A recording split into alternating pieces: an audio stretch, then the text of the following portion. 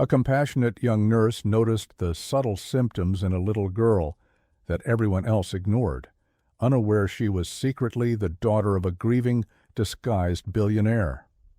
"Your services are no longer required. Please clear out your locker immediately." The rain hammered down on the grimy window pane of the bus, each drop a tiny, frantic fist against the glass, mirroring the wild, desperate pounding in Elara Vance's own chest.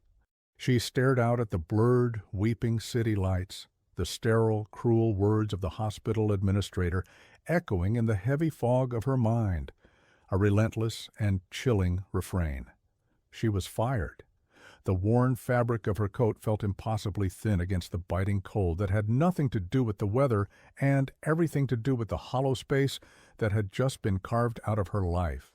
Her fingers, pale and trembling, were clenched tightly around the strap of her bag, the only steady thing in a world that had suddenly splintered into 1,000 fragile pieces. The bus lurched, and her reflection in the dark glass was a ghost of herself. Haunted eyes, a face too gaunt for her 26 years, a portrait of quiet, dignified desperation. For 2 years, she had poured every ounce of her soul into her work at St. Jude's General, believing that nursing was not just a profession, but a sacred duty. She had held the hands of the dying, sung lullabies to frightened children, and offered a gentle smile when words were not enough. But her compassion had been her downfall. Ms. Albright, a woman with a starched uniform and a heart to match, had called it inefficiency. Spending an extra 10 minutes comforting a scared elderly patient, reading a story to a lonely child, these were not billable hours. They were, in Ms. Albright's polished, cruel lexicon, a waste of hospital resources. Now the small, threadbare apartment that awaited her felt less like a sanctuary and more like a tomb, a place where the mountain of her late mother's medical debt stood as a silent, monolithic monument to her failure. The soft click of the key in the lock echoed in the sterile silence of the empty hallway. Inside, the only light came from a flickering street lamp outside, casting long, skeletal shadows across the room. She didn't turn on the lamp. Darkness felt more honest. She sank onto the edge of her lumpy mattress, the springs groaning in protest, and finally allowed the single hot tear she had been holding back to trace a path down her cold cheek. It was a tear not of self-pity, but of profound, shattering weariness. She had tried so hard to be good, to be kind in a world that seemed to reward only cruelty and haste. The quiet resolve that had been her armor for so long felt brittle, ready to crack. She was alone. The next week was a blur of frantic, fruitless job searching. Rejection emails piled up, each one a small, sharp jab at her dwindling hope. The savings she had were meager, a tiny buffer against the crushing weight of rent and bills. Desperation led her to a temp agency, a place of last resort with peeling paint and the smell of stale coffee. The only immediate opening was for a cleaner at the Grand Atlas Hotel, a stately, gleaming monolith of marble and gold that catered to the city's elite. The irony was not lost on her. She, who had dedicated her life to healing, was now tasked with polishing the floors they walked on. Yet she accepted. A job was a job, and survival was a non-negotiable imperative. Her first shift was a descent into another world. The air was different here, scented with expensive perfume and the crisp, clean smell of money.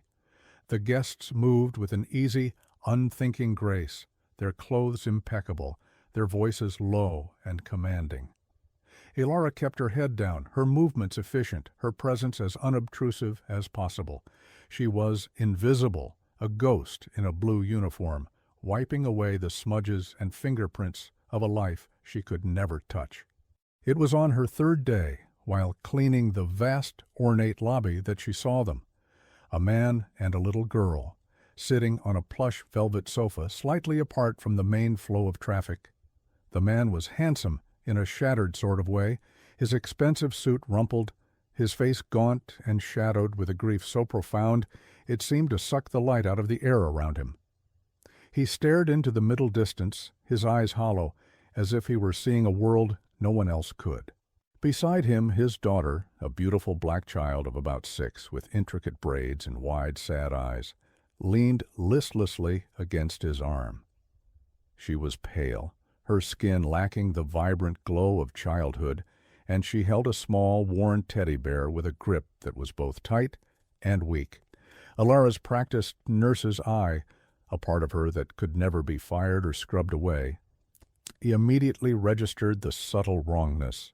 The girl's lethargy was more than just tiredness. There was a faint, almost imperceptible droop to one side of her mouth, a slight tremor in the hand that wasn't clutching the bear. A cold dread, sharp and familiar, trickled down Alara's spine. She had seen this before in a textbook in a late-night study session, a rare pediatric neurological condition often misdiagnosed as exhaustion or a virus.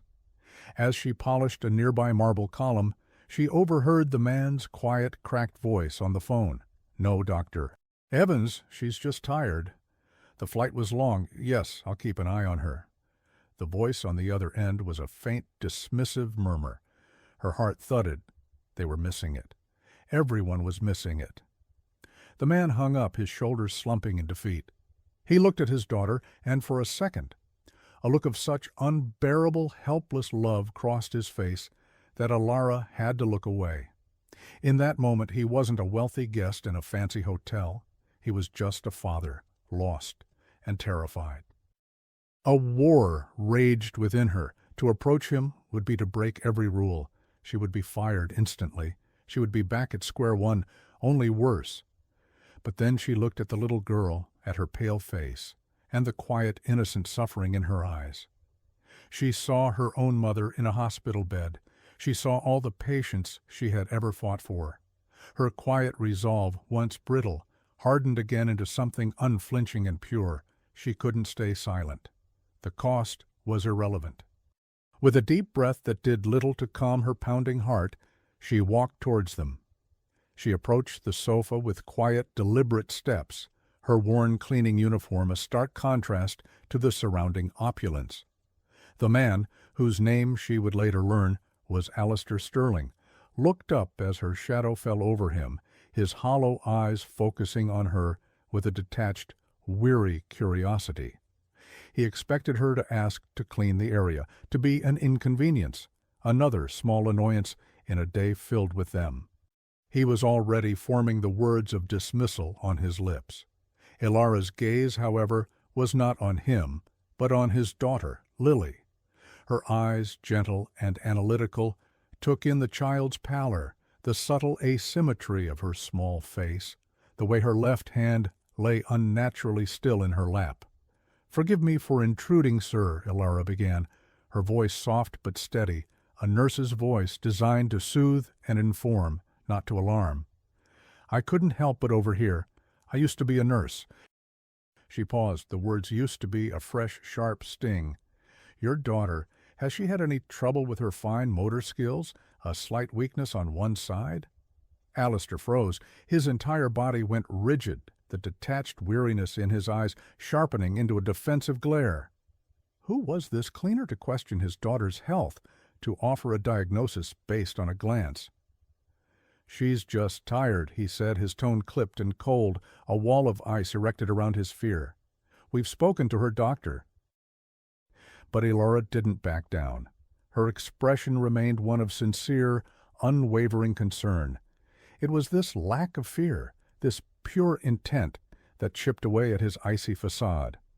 "I know," she said gently, "but sometimes things can be missed, especially rare things." Her mind raced back to a worn, dog-eared textbook she kept in her locker, a relic from nursing school. There was a specific page, a specific diagram. An idea, reckless and desperate, formed in her mind. It was a long shot, a gesture so strange it might get her thrown out. She reached into the small, worn satchel she carried her personal items in, her hand bypassing her wallet with its few remaining dollars, and pulled out a small folded blanket. It was a simple flannel thing, faded from countless washes, that she had carried with her since her mother's last days in the hospital. It was her comfort object, a tangible piece of her past. She knelt down so she was at eye level with the little girl. "Hello," she said softly, her voice a warm current in the cold, formal lobby. "My name is Ilara. You have a very beautiful bear." Lily's large, sad eyes blinked at her. She didn't speak, but she didn't pull away. Ilara offered the folded blanket. "I thought maybe your bear might be a little cold." The gesture was so simple, so unexpected, so deeply and purely kind. It wasn't about medicine or diagnosis. It was a moment of human connection, a small act of warmth offered to a suffering child. Lily looked at the blanket, then at Ilara's gentle face, and then slowly her small, trembling hand reached out and took it. She clutched it to her chest, alongside her bear. A tiny, almost imperceptible sigh escaped her lips. Alistair watched this exchange, and something inside him, something that had been frozen solid for months, began to crack. This woman wasn't a threat. She wasn't an annoyance. She was kind. A selfless, gentle kindness he hadn't encountered in a very long time. Emboldened by the small connection, Ilara turned back to him. "Sir, I know this is unorthodox," she said, her voice dropping to a near whisper. She pulled a small folded piece of paper from her pocket. It was a page she had torn from a medical journal years ago and kept, a page detailing the very condition she suspected. "Please, just have another doctor look at this," at her, a pediatric neurologist. She pressed the worn, creased paper into his hand. It was an act of profound professional and personal risk. He stared at the paper, then back at her face, at the sincere, desperate plea in her eyes. The world seemed to slow down. The hum of the lobby, the distant chatter, it all faded into a soft hush. He saw not a cleaner, but a guardian angel in a cheap blue uniform. A sob caught in his throat. He couldn't speak. He just nodded, his eyes glistening with unspoken seismic emotion. He didn't know it yet, but this moment, this strange, sacred encounter with a cleaning woman would change everything. But before he could find his voice, a sharp, imperious tone cut through the air. "What is going on here? Are you bothering the guests?" It was the hotel manager, his face a mask of pinched disapproval. He had seen Ilara kneeling, talking, breaking the cardinal rule of invisibility. He didn't wait for an explanation. "You're fired!" he snapped, his voice loud enough for those nearby to turn and stare. "Get your things and get out." Ilara winced as if struck. The words were a brutal, familiar blow. She stood up, her dignity a fragile shield. She gave one last, worried glance at Lily, who was now clutching the small flannel blanket as if it were a lifeline.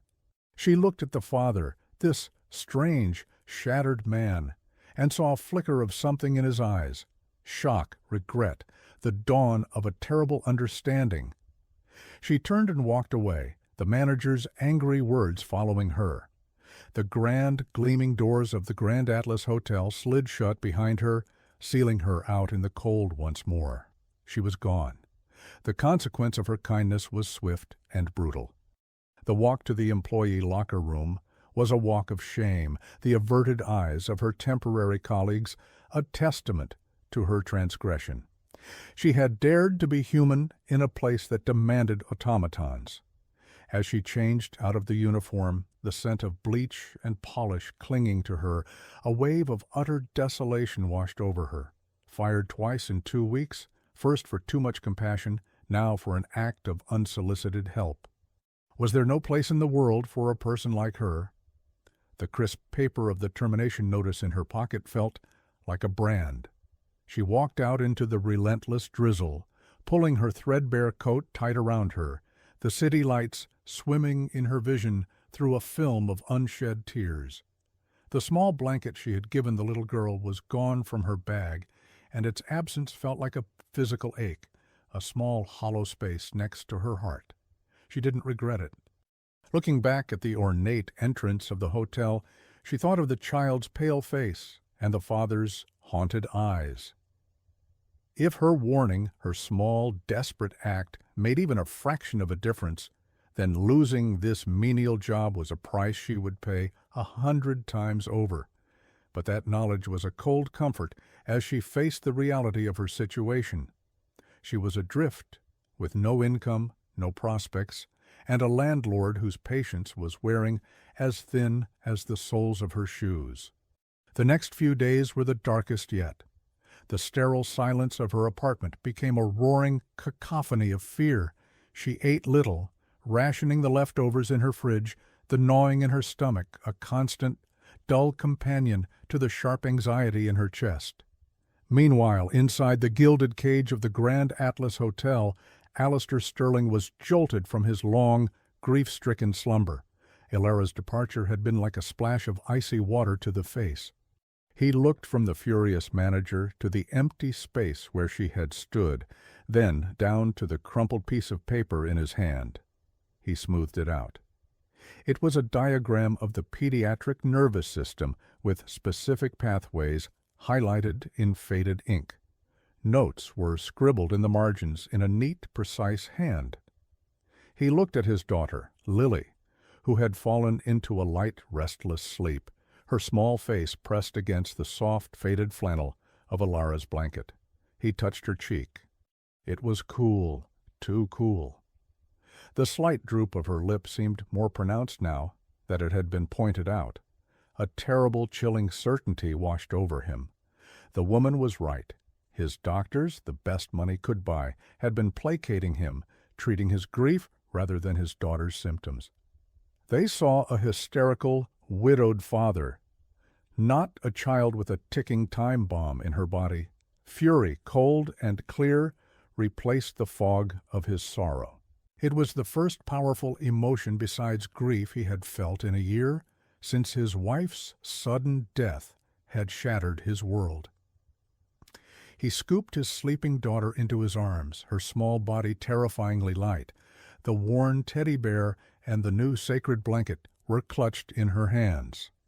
He strode past the sputtering hotel manager without a word, his face a mask of commanding, unshakable purpose.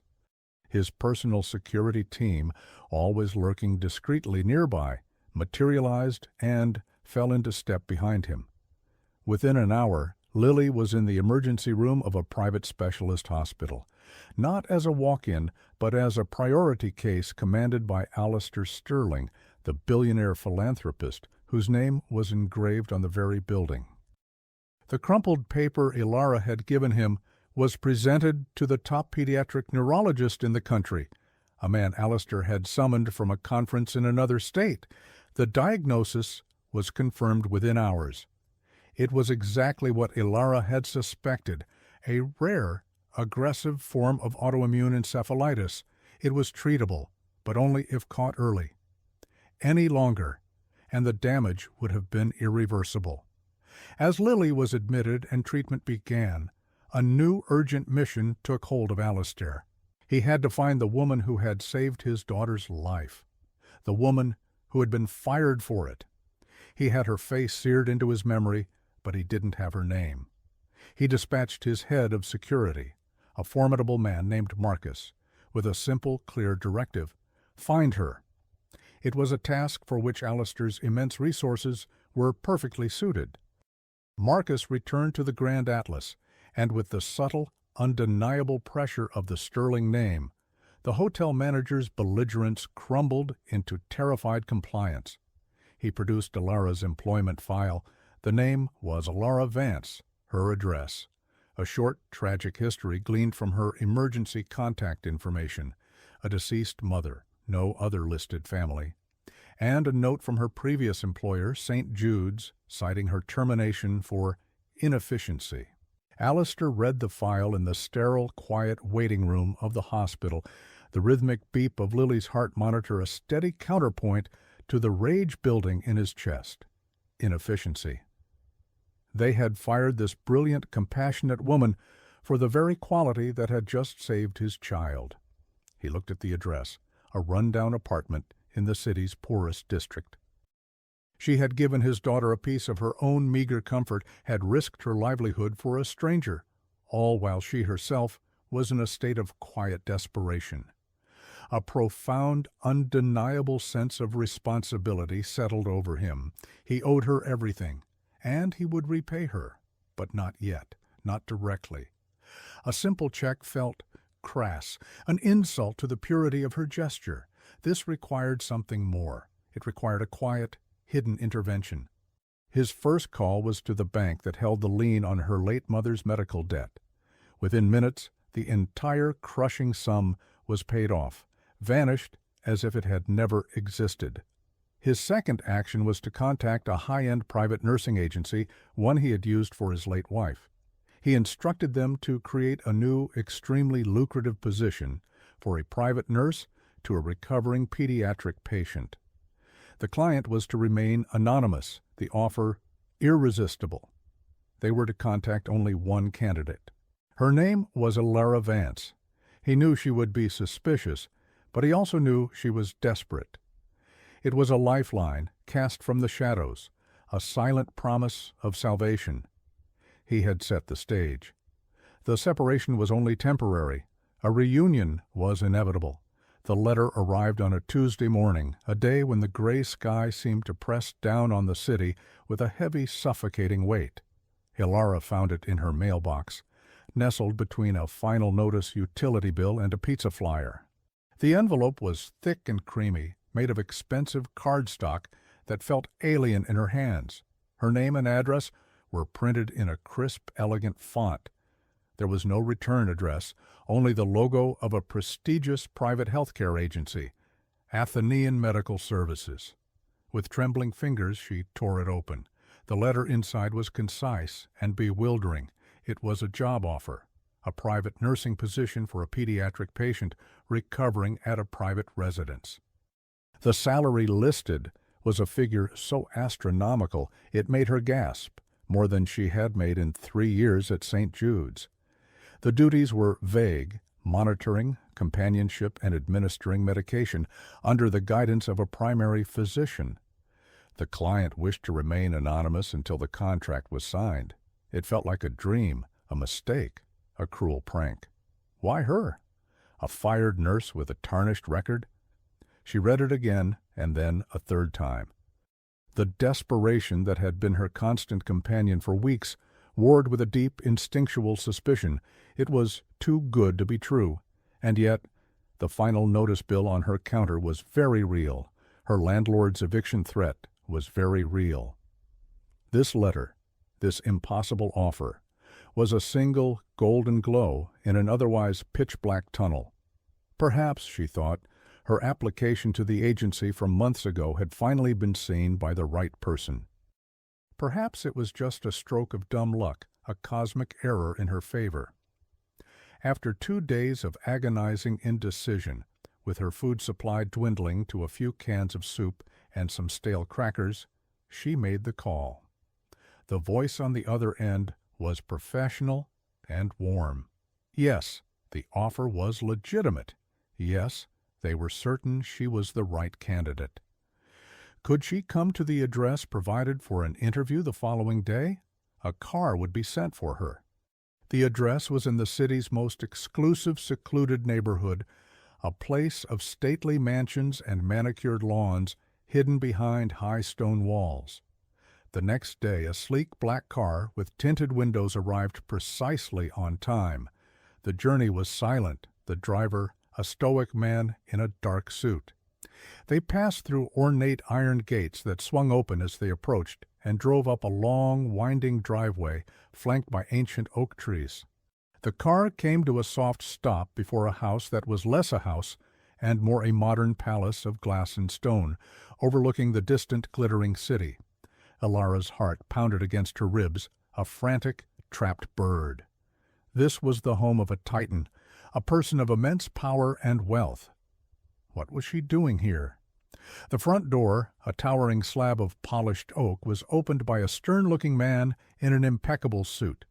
He introduced himself as Marcus and led her inside. The interior was cavernous and breathtakingly beautiful, filled with modern art and furniture that looked more like sculpture. But it was also cold, sterile, and deeply, profoundly silent. It felt like a museum, not a home. Marcus led her through a series of vast, echoing rooms to a pair of large glass doors that opened onto a sun-drenched conservatory. And there, sitting on a comfortable-looking sofa, was the man from the hotel, Alistair Sterling. He was dressed not in a rumpled suit, but in a soft cashmere sweater and tailored trousers. The shattered look was gone from his eyes, replaced by an expression of quiet, intense gravity. And next to him, propped up with pillows and connected to a quiet, beeping medical monitor, was his daughter, Lily. She was no longer pale and listless. There was a soft flush in her cheeks, and her eyes, though still tired, were clear and alert. She was holding the small, faded flannel blanket Ilara had given her. Ilara froze. The air rushed from her lungs. It was him. It was them. The impossible job offer, the anonymous client, the black car, it all clicked into place with a seismic, gut-wrenching shock. "You," she whispered, the single word hanging in the sunlit air. Alistair stood up. He looked at her, not with the defensive coldness of their first meeting, but with a raw, undisguised emotion that made her feel completely exposed. "Me," he said, his voice thick with feeling. "Ms. Vance." "Ilara, I'm so sorry for the deception. It was the only way I could think to get you here." He took a step towards her. "You were right. About everything. You saved her life." He gestured to Lily, who gave Ilara a small, shy wave. The beeping of the monitor was the only sound for a long moment. Disbelief warred with a dawning, overwhelming sense of relief. It had worked. Her warning had been heard. The little girl was safe. "I don't understand," Ilara stammered, her mind struggling to process the sheer scale of the situation. The job is real," Alistair said quickly. "It's more real than anything. Lily is recovering, but it will be a long road. She needs constant care. She needs you. If you'll have us."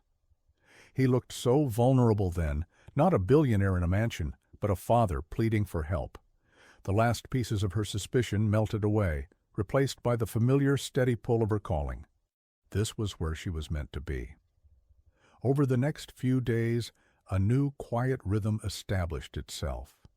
Ilara moved into a beautiful suite of rooms in a separate wing of the mansion.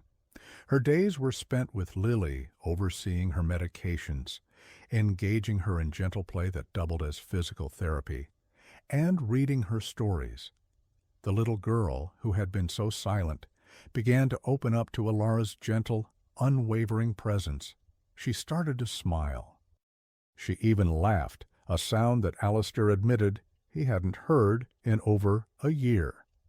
The evenings were when the house grew quiet again. Lily would be asleep, the nurses for the night shift would take over, and Ilara would often find Alistair in the cavernous kitchen, staring into a cup of tea he'd never drank. It was in that gleaming, silent space, under the soft amber hue of the under-cabinet lights, that they began to talk. One night, Ilara found him looking at a small framed photo on the counter. A beautiful woman with a radiant smile, holding a much younger Lily. "My wife, Isabella," he said, his voice a low murmur. "She was light. Everything was light when she was here." He then told her the story, the raw, unvarnished truth of the past year. How Isabella had died from a sudden, shocking aneurysm. How he had shattered, closing himself off from the world, from his friends, from his own daughter. He confessed his profound guilt, how his grief had blinded him to Lily's illness, how he had been failing as a father. He spoke, and Ilara listened, her eyes steady and unflinching. She didn't offer platitudes or empty reassurances. She just listened, giving him the sacred space to unpack his unbearable pain. When he was finished, his confession hanging in the quiet air between them, She simply got up and made him a fresh cup of tea, placing it gently in his hands. The simple, caring gesture spoke more than words ever could. A few nights later, it was her turn. She told him about her mother, about the long, slow decline, the endless hospital visits, the feeling of utter helplessness as she watched the person she loved most in the world fade away. She spoke of the debt, not as a financial burden, but as a constant, crushing reminder of her loss. Alistair listened with that same unwavering intensity, his gaze never leaving her face. He was seeing her, truly seeing her, not as a nurse or an employee, but as a person who had also walked through the fire of grief and emerged, scarred but whole. He learned that the little flannel blanket she had given Lily was one of the last things her mother had held.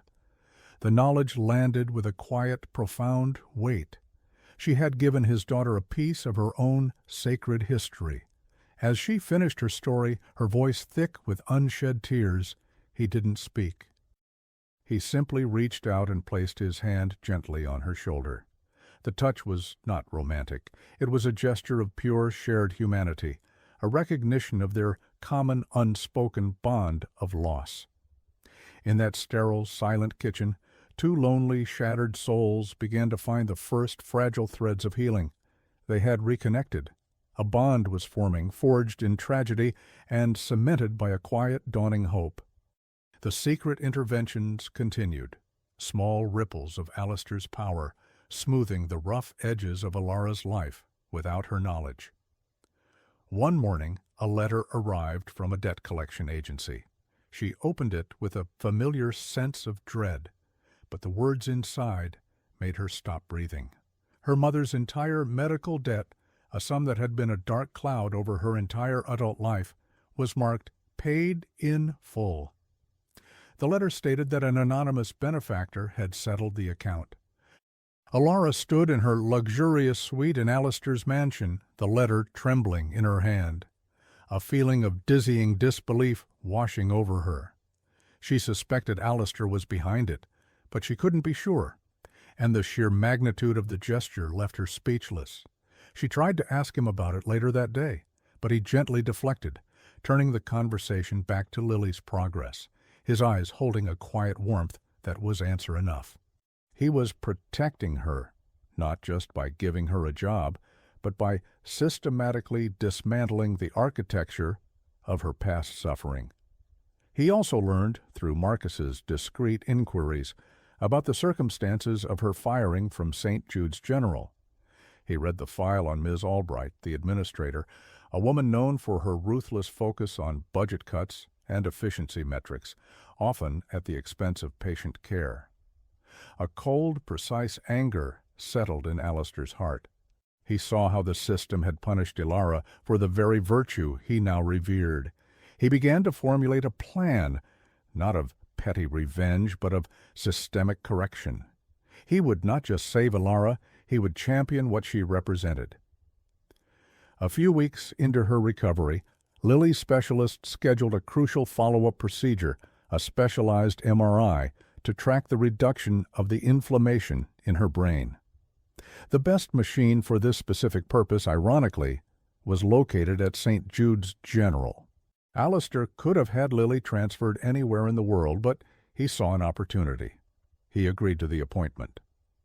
The day of the procedure, a palpable tension filled the air.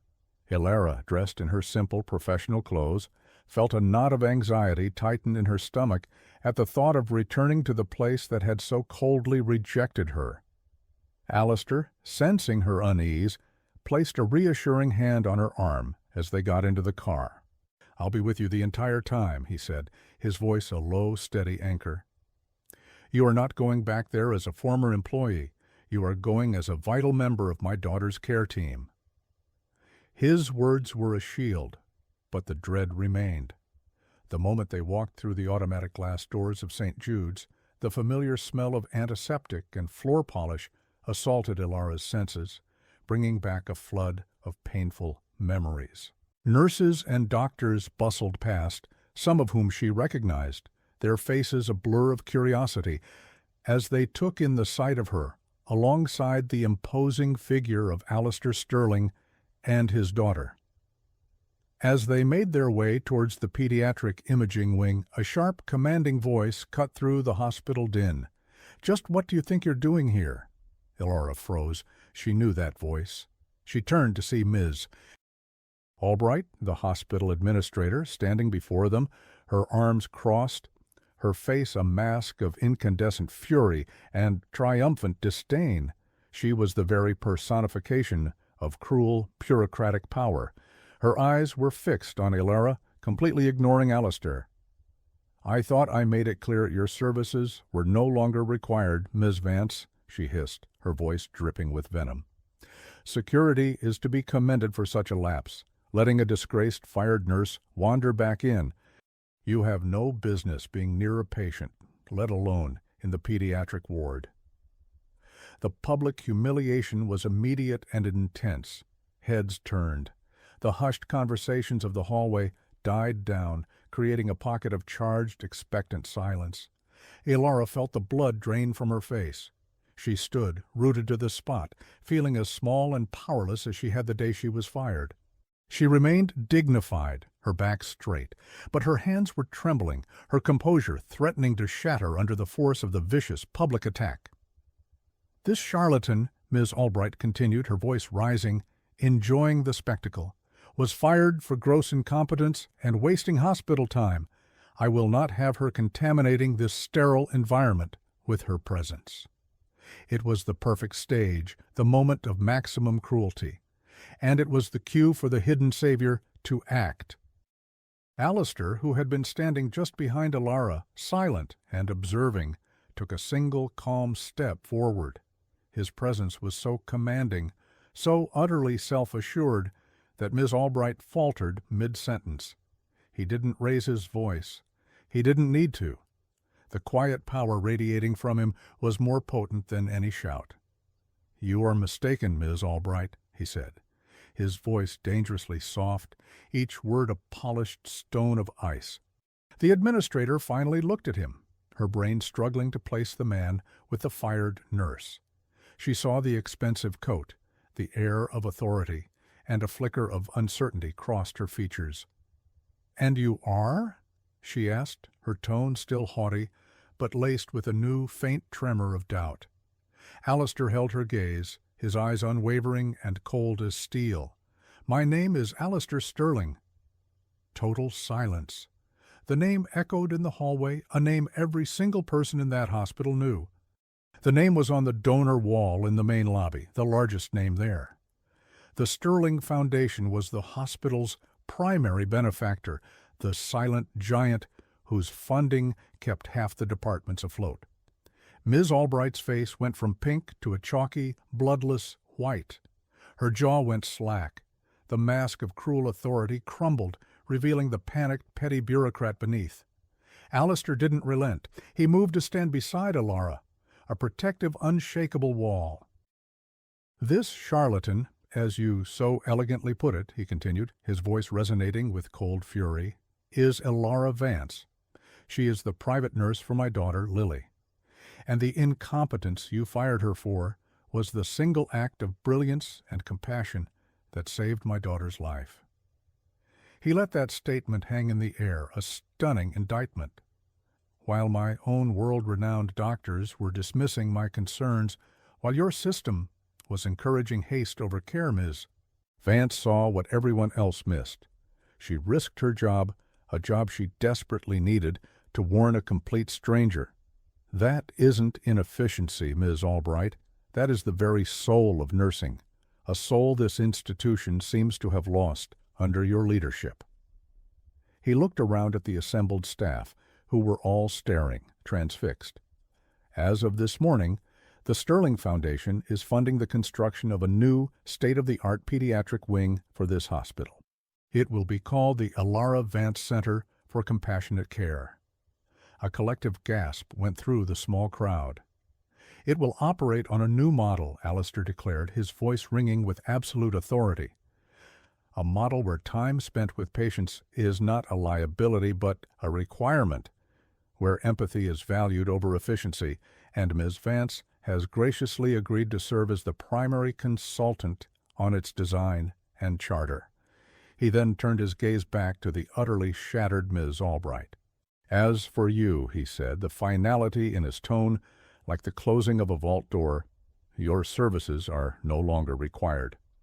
He had completely reversed the power dynamic, turning her own cruel words back on her like a mirror. The public humiliation was now hers, absolute and devastating. Ms. Albright stood speechless, trembling, her career and reputation annihilated in less than 2 minutes. Alistair gently took Ilara's arm. "Come," he said softly, his voice now devoid of anger, filled only with a tender concern for her. "Lily is waiting." He led her away from the scene of her vindication, leaving the disgraced administrator to the whispers and stares of her former colleagues. The hidden savior had not only intervened, he had remade the world in the sufferer's image. The walk to the imaging department was a blur for Ilara. The shock of the confrontation, the seismic revelation of Alistair's public defense, left her feeling lightheaded and unreal. Nurses and doctors who had once ignored her now nodded with a newfound profound respect. They weren't just looking at a nurse. They were looking at a living legend, the namesake of a future wing of the hospital. Alistair remained a calm, steady presence beside her, his hand a warm, protective weight on the small of her back. He handled the check-in process with quiet, commanding efficiency, ensuring Lily was treated with the utmost care and gentleness. While Lily was in the MRI machine, brave and quiet with the promise of ice cream afterward, Ilara and Alistair sat in the sterile waiting area. The silence between them was no longer one of shared grief, but of unspoken, overwhelming emotion. Ilara finally found her voice, a fragile whisper. "You didn't have to do that," she said, looking at her hands, which were still trembling slightly. "All of that, the new wing, my name." Alistair turned to her, his expression serious and incredibly tender. "Yes, I did," he said. "It was the only thing to do. What you did for Lily, it wasn't just a diagnosis, Ilara. You woke me up. For a year I was a ghost, haunting my own life. I was letting my daughter slip away because I was so lost in my own pain. You saw her. You saw both of us. You reminded me what it means to care, to fight. Naming the center after you isn't a gift. It's a statement of principle. It's a monument to the kind of goodness the world needs more of." His words were a balm on the old, deep wound of her unappreciated worth. To be seen so clearly, to be valued so completely, it was a cathartic, overwhelming experience. A single tear of gratitude slid down her cheek, and he gently wiped it away with his thumb, his touch sending a jolt of warmth through her. After the procedure, which showed that Lily's treatment was working beautifully, they returned to the mansion. The atmosphere had shifted. The climax at the hospital had broken the final barrier between them. They were no longer just employer and employee, or two grieving souls finding solace. They were something more. That evening, after Lily was asleep, clutching her flannel blanket, Alistair found Ilara standing on a balcony overlooking the glittering expanse of the city. The biting cold of the night air was a stark contrast to the warmth that was blooming in her chest. "I had Marcus clear out Ms. Albright's office this afternoon," Alistair said, coming to stand beside her. "Her replacement has already been chosen, the head of nursing from the pediatric floor, a woman who, I'm told, cried when she heard about the new compassionate care center." The news was a final, decisive resolution to that painful chapter of her life. Justice had not only been served, it had been replaced with something better. "Thank you," Ilara said softly, turning to face him. The flickering lights of the city below were reflected in her glistening eyes. "For everything. You gave me back my dignity."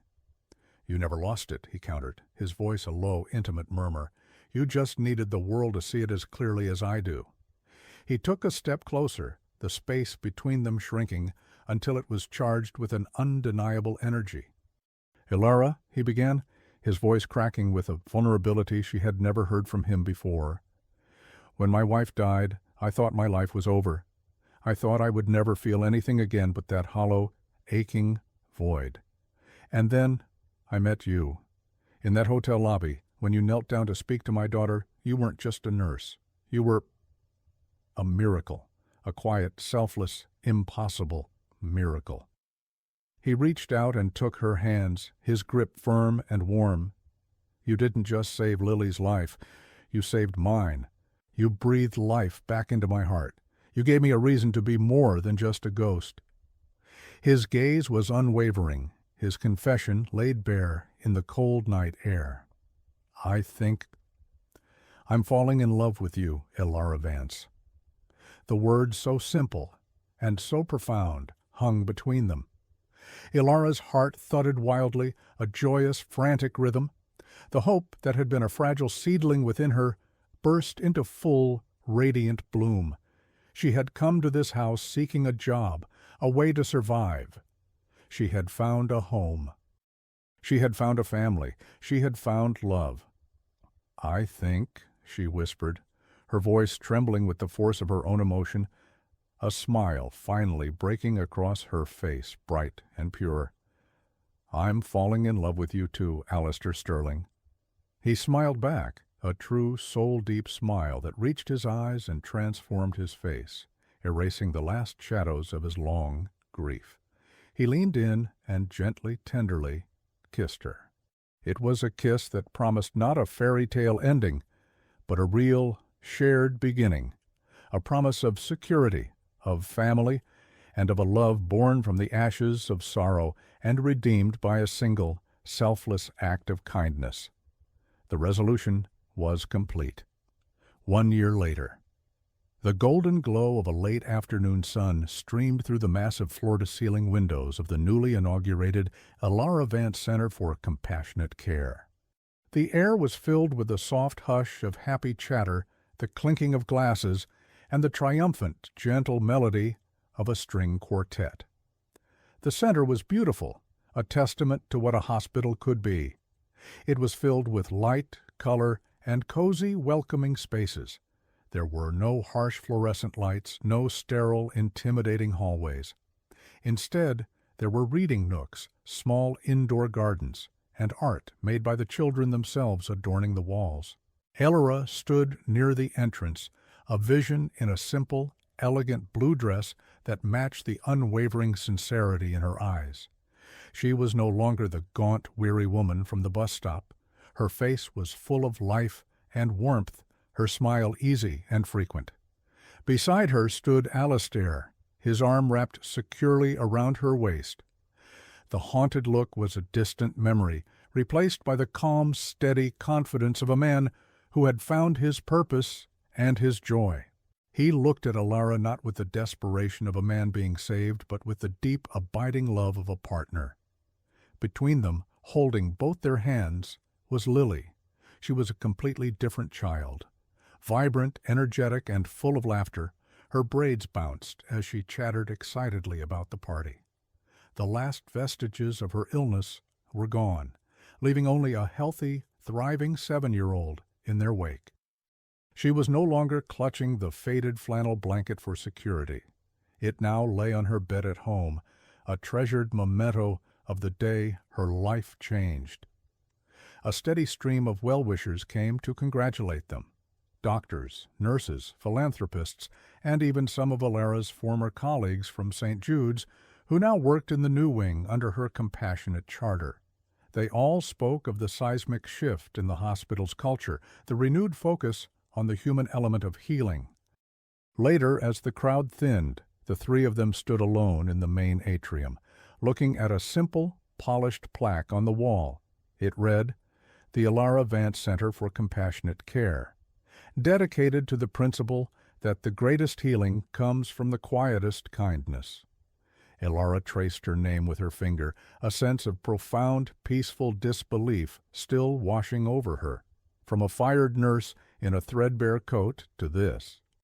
It was a testament to a truth she had always believed in, but had almost lost faith in, that a single act of goodness no matter how small, could echo through the world in the most unexpected and beautiful ways.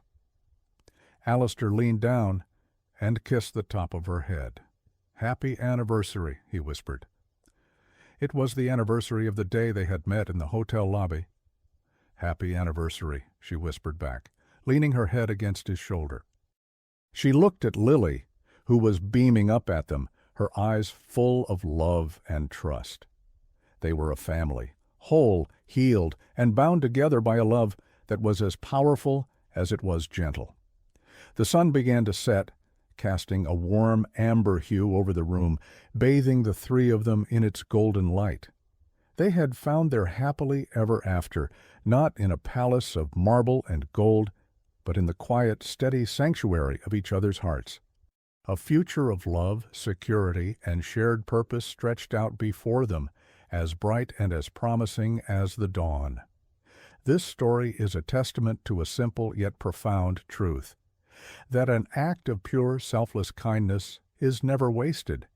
It is a seed that, when planted, can grow into a forest of miracles, offering shade and sanctuary in the most unexpected ways. Elara's journey from the depths of despair to a life of fulfillment was not paved with luck, but with the unwavering strength of her own virtuous character. Alistair's path from the prison of his grief to the freedom of love was illuminated by the single, gentle light of her compassion. Their story reminds us that behind every face there is a story of suffering or struggle, and that the person who appears powerful may be the one who is most broken, while the one who seems to have nothing may possess the greatest treasure of all, a pure heart. If this story touched your heart, it's because it speaks to a hope we all share, the hope that our goodness matters, that our compassion has power, and that even in our darkest moments a hidden Savior may be waiting, moved by a quiet act of grace. It is a reminder to look closer, to listen deeper, and to never underestimate the impact you can have on a life that is silently crying out for help. The world can often feel cold and transactional, but stories like this reignite our faith in the undeniable transformative power of human connection. For more soul-stirring stories that will restore your faith in humanity, please like, share, and subscribe to Soulful Love Tales. Your support allows us to continue bringing these heartwarming and inspiring narratives to the world. We'll see you in the next one.